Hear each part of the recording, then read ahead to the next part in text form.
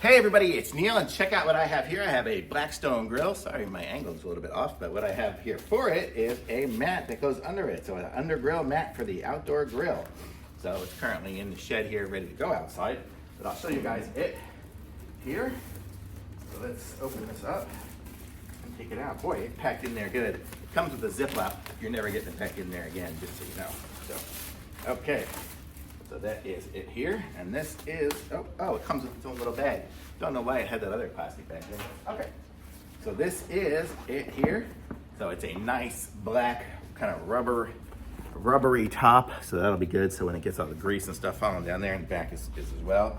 So you can just put this down. If I want to put it down here, let's say I want my Blackstone grill to be here.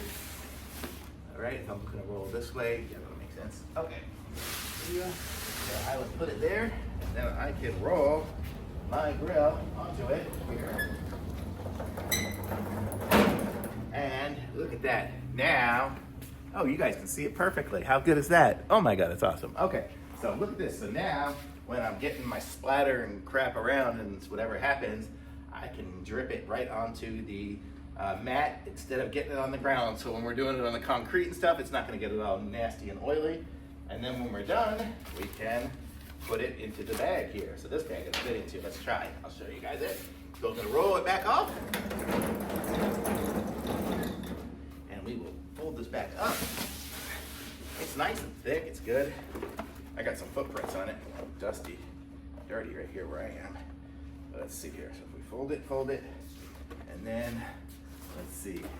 Yes, we'll go this way here. Fold it this way, here, and then fold it up again.